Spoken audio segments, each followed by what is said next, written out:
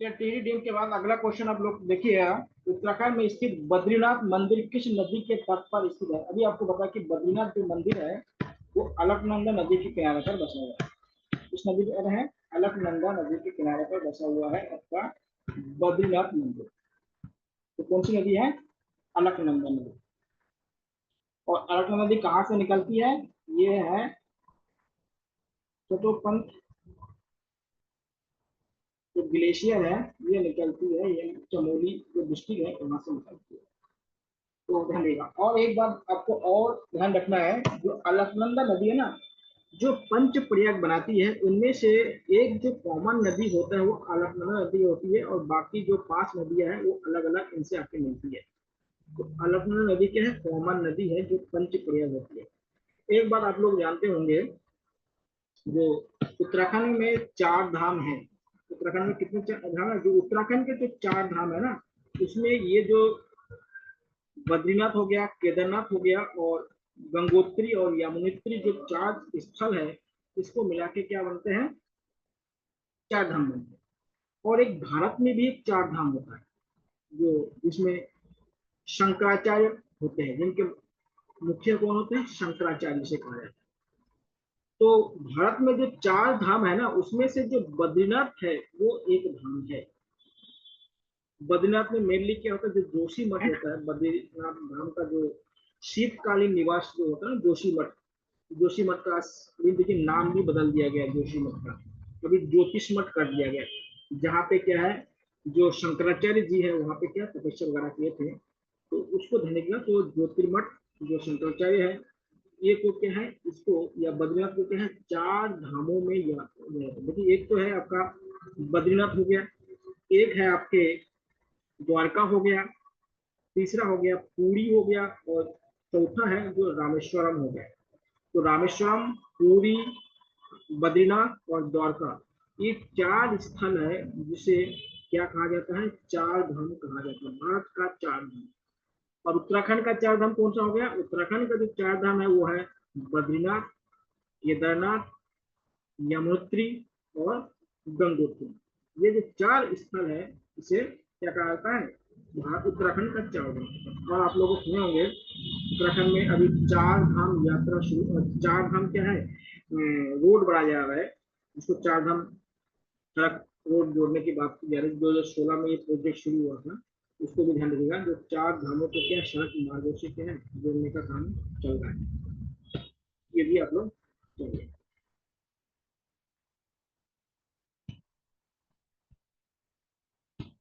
अगला है जो गिर राष्ट्रीय उद्यान है, गिर नेशनल पार्क है, किस राज्य में है?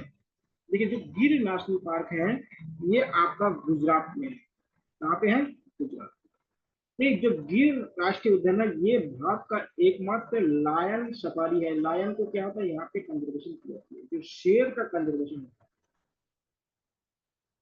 है। गुजरात में स्थित जो गिर राष्ट्रीय उद्यान है या गिर नेशनल पार्क है, यहाँ पे किस एनिमल का कंजर्वेशन होता है? लायन का होता है या शेर का होता है। ध्यान दीजिए, भारत में एकमात्र नेशनल पार्क है जहाँ पे लायन का क्या होता है? कंजर्वेशन होता है। वो गिर राष्ट्रीय उद्यान है या गिर राष्ट्रीय नेशनल पार्क है, जो कहाँ पे है? गुजरात में। गुजरात की राजधानी क्या है? गुजरात की राजधानी गांधीनगर है। गुजरात की राजधानी गांधीनगर है। और गुजरात में ही क्या है? सूरत स्थित है।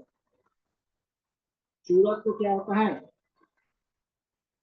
जो डायमंड सिटी कहा जाता है। सूरत को क्या कहते हैं? डायमंड सिटी कहा जाता है। तो यहाँ पे सोने की कटिंग वगैरह होती है। सूरत को क्या कहा जाता है? डायमंड सिटी कहा जाता है सूरत। और सूरत किस नदी पर बसा हुआ है? सूरत क्या है? ताप्ती नदी पर बसा हुआ है। नदी पर इसको भी ध्यान रखें।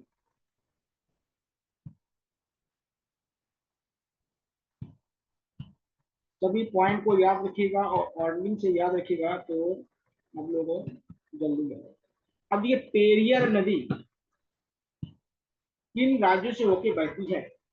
पेरियर नदी, देखिए पेरियर नाम से तीन चीज है, एक पेरियर नदी है, एक पेरियर नेशनल पार्क है, और एक पेरियर डैम है। और ये तीनों कहाँ पे हैं? मेनली ये तीनों आपके केरल में हैं।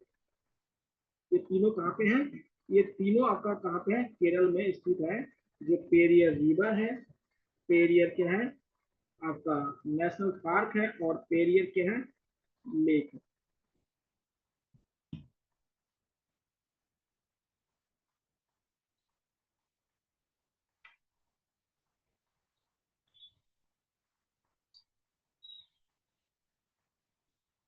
तो ये तीनों कहाँ पे हैं? ये केरल में है। और जो पेरियर जो रिवर है ये केरल और तमिलनाडु दोनों में बहती है, लेकिन इसका अधिकांश जो भाग है वो कहाँ पे है? अधिकांश भाग क्या है? केरल में। और एक केरल की क्या है? सबसे लंबी नदी है। ये दोनों में बहती है, लेकिन केरल की क्या है? सबसे लंबी नदी है। तो केरल की सबसे लंबी नदी कौन सी है? केरल की जो सबसे लंबी नदी है वो आपका पेरियर नदी है। और पेरियर नेशनल पार्क, पेरियर झील, ये सब कहाँ पे हैं? आपके केरल में। और पेरियर जो नेशनल पार्क है ना, वहाँ पे हाथियों का संरक्षण किया जाता है। किसका? हाथियों का संरक्षण किया जाता है। कभी कहीं पूछता है कि किस नेशनल पार्क में किसका संरक्षण किया जाता है, तो इसको भी ध्यान रखिए। केरल में आप लोग जानते हैं कि केरल और जो कर्नाटक का जो जंगल है, यहाँ पे चंदन की लकड़ी और क्या है, हाथी के लिए बहुत फेमस है। इनका तस्करी वगैरह होता है इसके लिए।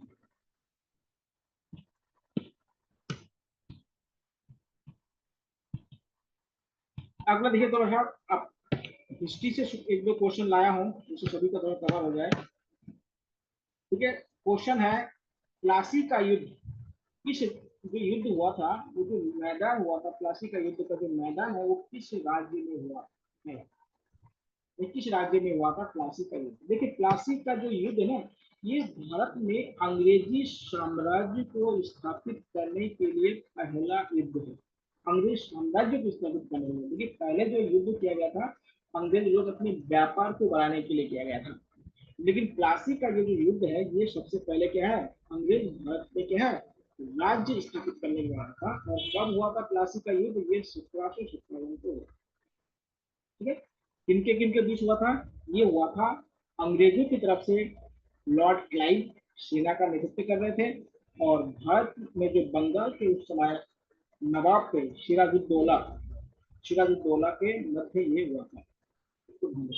ये कहाँ पे है? पश्चिम बंगाल में। पश्चिम बंगाल में एक नदी है हुगली, उसी को क्या पश्चिम बंगाल में भागीरथी कहा जाता है। तो क्या होता है? भागीरथी कहा जाता है। इस भागीरथी नदी के तट। आप लोग जानते हैं पश्चिम बंगाल में जो हाथका डैम है वहां से गंगा नदी दो भागों में बढ़ जाती है, एक हुगली नदी होती है, और बांग्लादेश में जो गंगा पहुंचती है उसको क्या है? पद्मा नदी कहा जाता है, जो उत्तराखंड में पूछा गया है।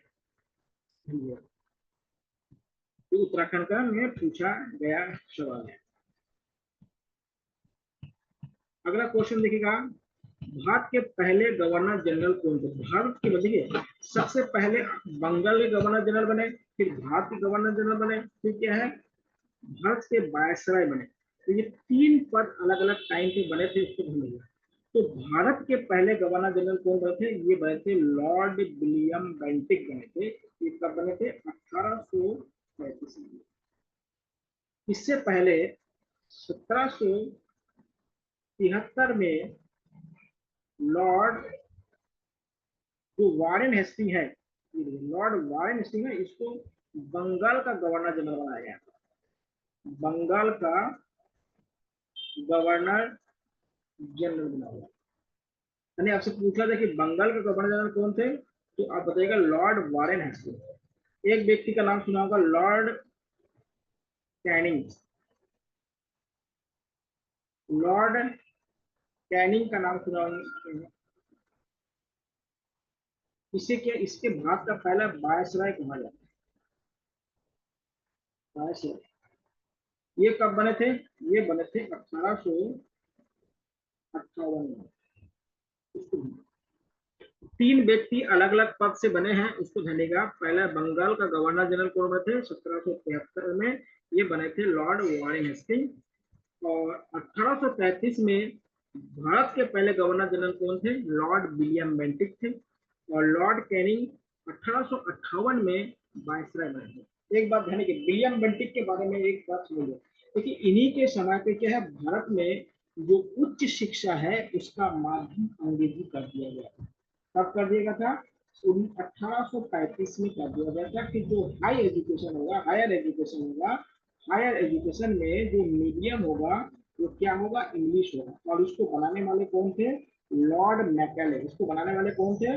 लॉर्ड मैकेले को कहा जाता है। इसलिए मैकेले को क्या है? आधुनिक शिक्षा, भारत में शिक्षा का जनक कहा जाता है। इसको लॉर्ड मैकेले को आप लोग पढ़े होंगे, पैडागोजी में भी इसको पढ़े होंगे, तो ध्यान दीजिएगा।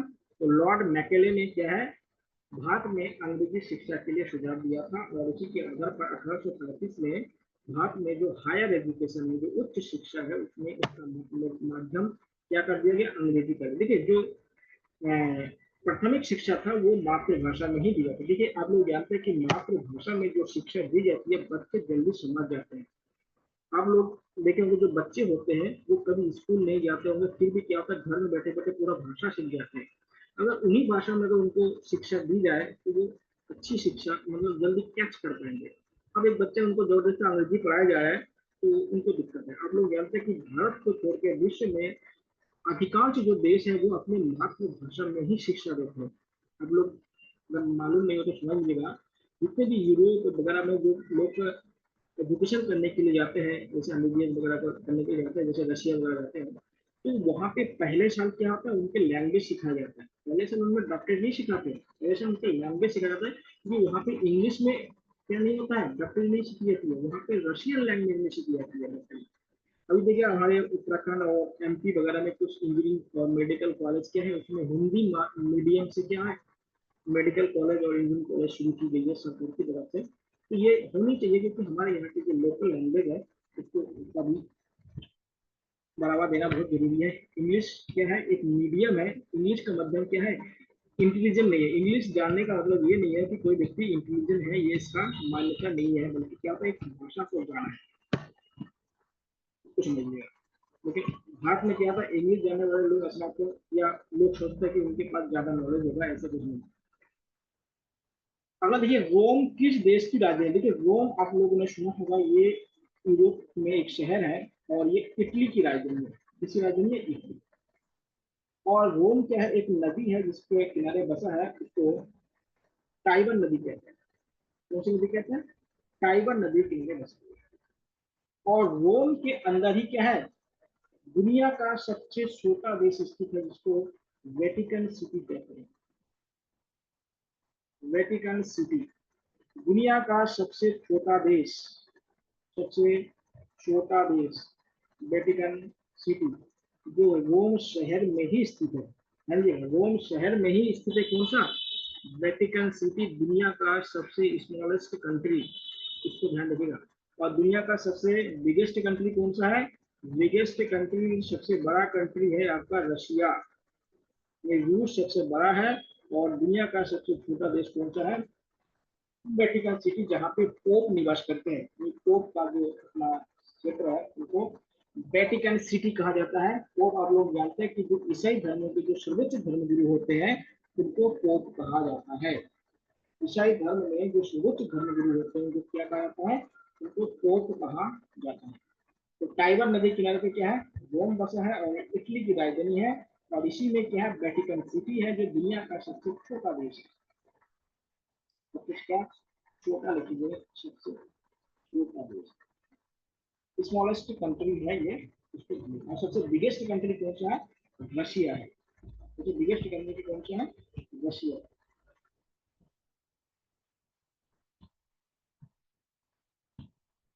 इस तरह से क्वेश्चन को आप लोगों को प्रैक्टिस करवाया जाएगा। अगला देखिएगा, माउंट एवरेस्ट पर चढ़ने वाले व्यक्ति एडमंड हिलरी की देश से थे। तो आप लोग जानते हैं कि सबसे पहले एडमंड जो हिलरी है वो सबसे पहले माउंट एवरेस्ट में चढ़े थे। ठीक है। और एक देश से थे, न्यूजीलैंड के थे। ये देश के थे, न्यूजीलैंड। क्योंकि जो माउंट एवरेस्ट है ये हिमालय की सबसे ऊंची चोटी है। आपको बता था कि हिमालय की क्या है, सबसे ऊंची चोटी है। और ये कहाँ पे है? ये नेपाल में है। और नेपाल में इसे क्या कहा जाता है? सागर माथा। नेपाल में इसे क्या कहा जाता है? सागर माथा। समझिए, इसको नेपाल में क्या कहा जाता है? सागर माथा कहा जाता है। और इसकी जो हाइट है देखिए बढ़ रहा है, लेकिन अभी पुराने जो किताब है उसमें अलग है। तो 8,848 जो मीटर है इसकी हाइट पुराने किताब में मिल जाएगा, लेकिन नए किताब में क्या होगा? 8,850 मीटर इनकी हाइट हो चुकी है। क्योंकि आपको बता दें कि हिमालय पर्वत क्या है, अभी भी इनकी हाइट बढ़ रही है, क्योंकि इसको नवीन बलित पर्वत कहते हैं। नवीन मतलब एकदम जीवित पर्वत कहा जाता है, जिसकी हाइट अभी भी बढ़ रही है। तो ध्यान देगा। तो हिमालय की सर्वोच्च चोटी कौन सी है? एवरेस्ट है, माउंट एवरेस्ट। ये कहाँ पे है? नेपाल में स्थित है। और इनको नेपाल में क्या कहा जाता है? सागर माता। और एवरेस्ट पर चढ़ने वाले सबसे पहला व्यक्ति कौन है? ये आपका एडमंड हिलरी है। ये देश से न्यूजीलैंड। उत्तराखंड का एक महिला है जो सबसे पहले महिला में चली थी, बाछिंद्री पाल का नाम आप लोगों ने सुना होगा। तो बाछिंद्री पाल क्या है? सबसे पहले एवरेस्ट पर चढ़ने वाली भारत की पहली महिला है। उसको भी याद रहे, वो उत्तराखंड से है। वो है बाछिंद्री पाल। उत्तराखंड में आप लोग जानते हैं कि जो हमारे उत्तरकाशी है ना, वहाँ पे माउंटेनिंग के लिए ट्रेनिंग वगैरह दी जाती है उत्तरकाशी में। अब देखिए, हॉर्न ऑफ अफ्रीका में कौन सा देश शामिल नहीं है? कल पिछले क्लास में देखिए यही क्वेश्चन आप लोगों को बता रहा था कि जो हॉर्न ऑफ अफ्रीका में 3 देश स्थित है, कौन कौन सा है? सोमालिया है, इथियोपिया है और जिबूती है। तो मिस्र इसमें नहीं है, इजिप्ट इसमें नहीं है। इजिप्ट इसमें नहीं है, इसको ध्यान रखिए। कौन कौन सा? सोमालिया डाकू के लिए फेमस है, आपको बताता है, इथियोपिया और जिबूती। तो इनको क्या कहते हैं? हॉर्न ऑफ अफ्रीका कहा जाता है। मिस्र, उसको इंग्लिश में इजिप्ट कहते हैं, और उनकी राजधानी क्या है? काहिरा। या और यहाँ पे क्या पाया था? पिरामिड पाया था। क्या पाया था? पिरामिड। और इसे क्या होता है? नील नदी का क्या कहा जाता है? वरदान कहा जाता है मिस्र को। कपास की जो उच्च क्वालिटी की कपास पैदा होती है वो आपको इजिप्ट या मिस्र में होती है। ये आपको ध्यान दिए। और जो स्वेच नहर है ये इजिप्ट से होके बहती है। से बहती है, इजिप्ट से होके बहती है। हम्पी का विरूपक्ष मंदिर किस राज्य में स्थित? देखिए, हम्पी एक जगह है, पहले इसका नाम विजयनगर हुआ करता था, आज का इसका नाम हम्पी है। पहले इसका नाम क्या था? विजयनगर। आप इतिहास में पढ़ेंगे विजयनगर साम्राज्य।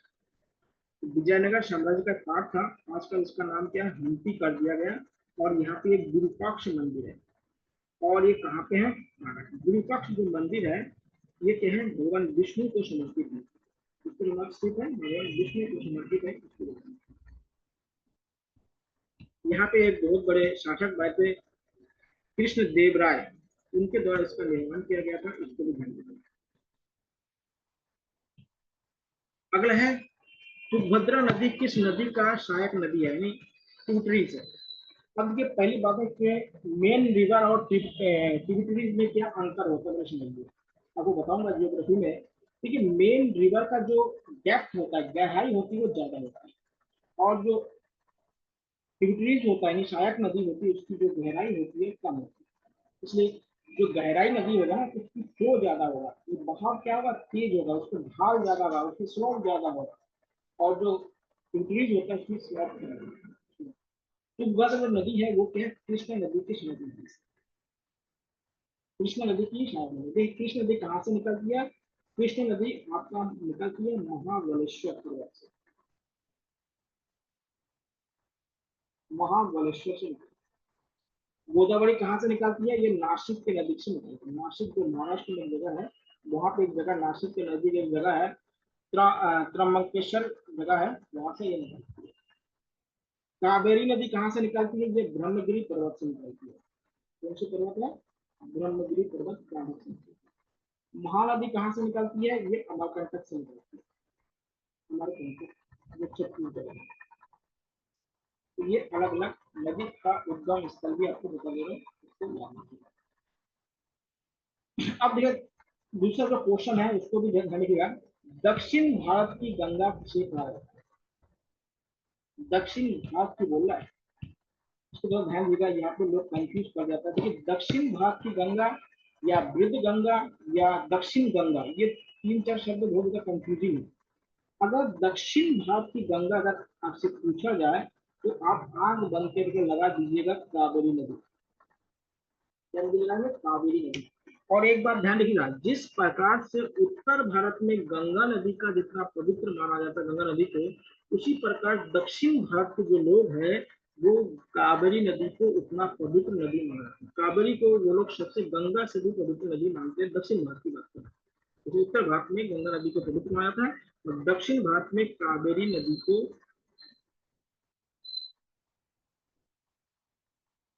कावेरी नदी मानते हैं। और देखिए एक बात समझ लीजिएगा, अगर आपसे पूछा कि वृद्ध गंगा या कह सकते हैं दक्षिण गंगा, दक्षिण गंगा वृद्ध गंगा या दक्षिण गंगा, तो इसको बनाएगा गोदावरी नदी। कौन सी नदी? गोदावरी। ये दक्षिण, देखिए दक्षिण और दक्षिण गंगा और दक्षिण भारत की गंगा में अंतर है। ठीक है, इसको समझिए। अगला क्वेश्चन आप लोग देखिएगा, भारत का सर्वाधिक तटीय सीमा वाला राज्य कौन है? यानी भारत का कौन सा ऐसा राज्य है जिसका कोस्टल एरिया सबसे बड़ा है, यानी कोस्टल जो लेंथ है वो सबसे बड़ा है। क्योंकि भारत का ये कोस्टल एरिया है, ये आपका कोस्टल एरिया है। और ये जो कोस्टल एरिया ना, इसको भारतीय दक्षिण का पर्यायद्वीप या पेनिसुलर कहा जाता है। इसमें सबसे पहला आता है यहाँ पे गुजरात, फिर आता है यहाँ पे महाराष्ट्र, महाराष्ट्र के बाद आता है गोवा, गोवा के बाद आता है यहाँ पे कर्नाटक, कर्नाटक के बाद आता है केरला, यहाँ आता है तमिलनाडु, यहाँ आता है आंध्र प्रदेश, यहाँ आता है ओडिशा यानी उड़ीसा, और यहाँ आता है वेस्ट बंगाल। तो भारत के ये जो 9 राज्य है ये भारत के तटीय सीमा बनाती है। कौन कौन से हो गए? गुजरात, महाराष्ट्र, गोवा, कर्नाटक, केरल, तमिलनाडु, आंध्र प्रदेश, ओडिशा और वेस्ट बंगाल, पश्चिम बंगाल। ये जो 9 राज्य है जो भारत के क्या है तटीय सीमा पर स्थित है, यहाँ पर स्थित है तटीय सीमा। और इसकी जो टोटल लंबाई है, इसकी जो टोटल लेंथ है वो कितनी है? इसकी जो टोटल लेंथ है वो है आपका 600 किलोमीटर, यानी 6100 किलोमीटर। यानी गुजरात से लेके वेस्ट बंगाल तक का ये जो पार्ट आपको दिखाई दे रहा है, इसकी टोटल लेंथ कितनी है? 6100 किलोमीटर। और इसमें सबसे जो ज्यादा सीमा बनाने वाली जो राज्य है वो है आपका गुजरात। सबसे ज्यादा तटीय सीमा बनाने वाला राज्य कौन सा है? आपका गुजरात। और टोटल इन 9 राज्यों का जो तटीय सीमा है वो कितना है? 6100 किलोमीटर। अगर इनको द्वीप को भी जोड़ दिया जाए, नहीं यहाँ पे लक्षद्वीप है, यहाँ पे अंडमान निकोबार द्वीप है, यहाँ पे दमन द्वीप है, इनको जोड़ दिया जाए तो इन भारत में टोटल जो कोस्टल एरिया हो गया उसका जो लेंथ हो जाएगा वो कितना हो जाएगा? वो हो जाएगा 7516.6 किलोमीटर। समझिएगा। अगर केवल भारत के मुख्य भूमि का तटीय सीमा देखा जाए तो 6100 किलोमीटर है, यानी 6100 किलोमीटर है अगर उसको मुख्य भूमि का अगर देखा जाए। और द्वीप यानी आइसलैंड को, यानी आइसलैंड जो होता है उसको भी अगर हम मिला के देखें तो भारत का जो तटीय सीमा है वो हो जाएगा 7516.6, यानी 75,560 जो किलोमीटर है ये हो जाएगा लैंड, कुल लंबाई हो जाएगी। ये इंपॉर्टेंट है, इसको आप लोग ध्यान दीजिए, इसको आप लोग ध्यान दीजिएगा, ये अलग अलग लंबाई इसमें आ जाती है। अगर इंडियन ज्योग्राफी बताऊंगा तो ये सारी चीज आपको कैसे बताना है। देखिए कितने राज्य तटीय सीमा से आगे आपको बता दें, 9 राज्य, 9 राज्य आपको बता दिया उसको। अगला क्वेश्चन है, भारत की खोज की पुस्तक किसने लिखा है? डिस्कवरी ऑफ इंडिया किसने लिखा? ठीक है, जो डिस्कवरी ऑफ इंडिया जो बुक है उसको लिखने वाला व्यक्ति है कौन है? जवाहरलाल नेहरू। कौन है? जवाहरलाल नेहरू क्या है? डिस्कवरी ऑफ इंडिया, ये भारत की खोज या डिस्कवरी ऑफ इंडिया। इनका और एक पुस्तक है, उनका नाम है the glimpse of world history, यानी विश्व इतिहास के झलक। तो विश्व इतिहास की झलक भी क्या है, इनका है। विश्व इतिहास की झलक या ग्लिम्स ऑफ वर्ल्ड हिस्ट्री। अब देखिए नेहरू जी क्या है, राजनेता और के साथ साथ बहुत बड़े राइटर भी थे। आप लोगों ने अगर पढ़े होंगे, पुत्री की नाम पिता का पत्र, पुत्री के नाम पिता का पत्र, क्योंकि इंदिरा गांधी की पुत्री थी, आप लोग जानते हैं। तो जब इंदिरा गांधी लंदन में पढ़ती थी, तो इनके पूरे भारत के जो संस्कृति है, कल्चर है, लेटर के माध्यम से उनको समझाया था। तो वो क्या था, लेटरों को बाद में संकलन कर दिया गया और उनको एक बुक बना दिया गया। तो उसका नाम क्या है, पुत्री के नाम पिता का पत्र। तो बहुत जानकार आदमी थे, धन मिला तो उसको भी धन मिला। महात्मा गांधी का आप जानते हैं, सत्य के साथ मेरा प्रयास, यानी एक्सपेरिमेंट विद ट्रूथ, यानी सत्य के साथ मेरा प्रयोग। ये क्या है, महात्मा गांधी की आत्मकथा है, ऑटोबायोग्राफी है। हिंद स्वराज महात्मा गांधी का पुस्तक।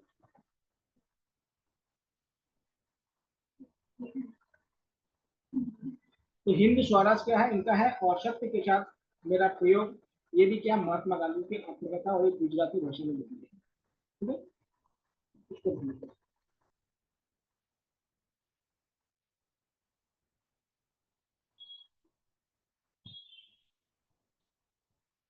अगला क्वेश्चन आप लोग देखिएगा, क्वेश्चन है भारत का सबसे बड़ा नेशनल पार्क कौन सा, यानी इंडिया का सबसे लार्जेस्ट नेशनल पार्क।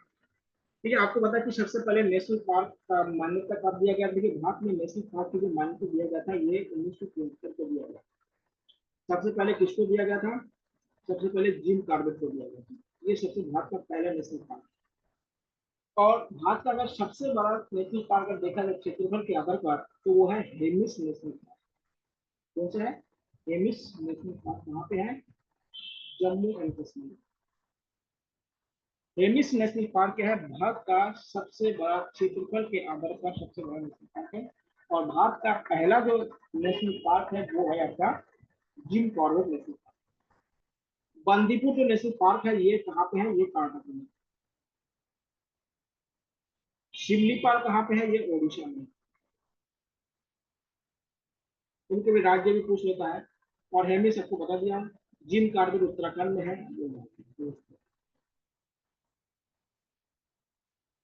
उनके भी क्या है, राज्य के साथ मिलान करने के लिए पूछ सकते हैं, तो इसको भी हम लोग ढूंढेंगे।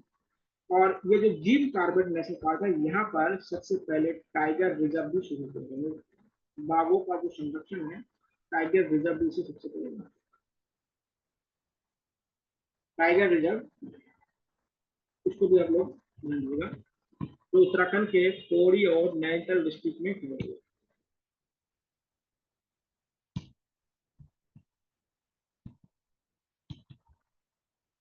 तो यह इस तरह से क्या होता है, आज के जितने क्वेश्चन थे वो आप लोगों से डिस्कशन हो गए हैं। आप लोगों का कोई क्वेश्चन है तो आप लोग उसको पूछ सकते हैं, कि कोई क्वेश्चन आप लोगों का इनमें समझ में नहीं आया, या कोई मन में कोई क्वेश्चन है, आप उसको आंसर आपको नहीं मिल पा रहा है। देखिए जब आपके अंदर से हर एक क्वेश्चन बाहर निकल जाएंगे तब क्या होगा। देखिए मुंह से क्या होता है कि लोग कोई भी किताब होता है ना, पढ़ लेते हैं, कुछ भी पढ़ लेते हैं, वो क्या होता है दिमाग में क्या होता है, बोझ बन जाता है। तो बोझ को क्या है बाहर निकालिए, और जो आपके काम की चीजें उसको अंदर रखिए। सभी चीज को अंदर रखना जरूरी नहीं है। जैसे आप लोग जानते हैं दीपावली में आ रहा है, सब अपने घर को साफ करके बाहर निकाल देंगे। आप लोग भी क्या है, पेपर आ रहा है, पेपर से पहले जो भी गंदगी है उसको भी बाहर निकाल दीजिए। तो जो जो आपके पेपर के लिए यूजफुल है उसी को केवल अपने माइंड में रखिए, जिससे पेपर जल्दी क्लियर हो जाए। सभी रखेंगे तो क्या होगा, दिक्कत होगा, गंदगी फैल जाएगा सभी के अंदर। इसी दिमाग में इसको भी ध्यान में रखिएगा।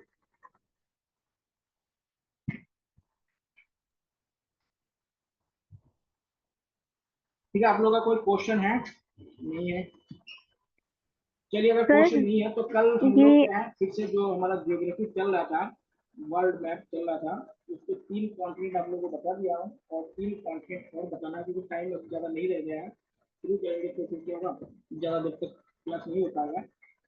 तो जो 3 कॉन्टिनेंट है आपका, दक्षिणी अमेरिका, यूरोप और ऑस्ट्रेलिया, इन तीनों के बारे में चर्चा करेंगे कल।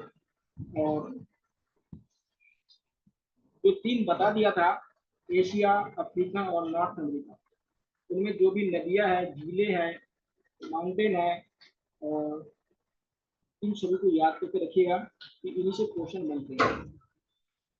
और आपको पता है कि जो चीज़ क्या है जल्दी भूल जाते हैं उसको राइट डाउन कर लीजिए, कहीं लिख लीजिएगा, और उसको क्या होता है पेपर से पहले उसको बहुत ज़्यादा रिविजन कीजिएगा, जिससे क्या होता है जल्दी याद रहे।